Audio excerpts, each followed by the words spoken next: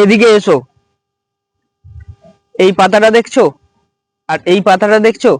এই পাতাটা দেখো পরিষ্কার। এই দেখো, এই ডগের পাতাগুলো দেখেছো কেমন পরিষ্কার চকচকে? কিন্তু দেখো, এটাও ডগের পাতা, এটা কি অবস্থা দেখো, কুঁকড়ে গেছে। কেন হয়েছে জানো?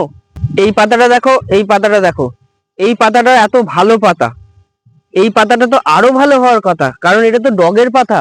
কিন্তু এর এমন অবস্থা কেন? পাতাটা এমন হলো কেন? এসো।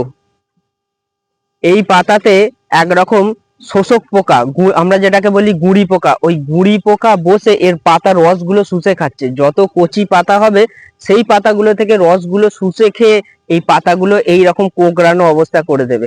এই শোষক পোকা আস্তে আস্তে পুরো খেতে চাড়িয়ে যাবে। আর এই রোগটা যদি বেড়ে যায় তাহলে আর গাছে ফলন ধরবে না, ডগগুলো নষ্ট হয়ে যাবে, ফুল আসবে না, ফল ধরবে না, পুরো জমিতে আমার ফলন কমে যাবে। এটার প্রতিকার কি? এর লিংক এখানে দেয়া হলো।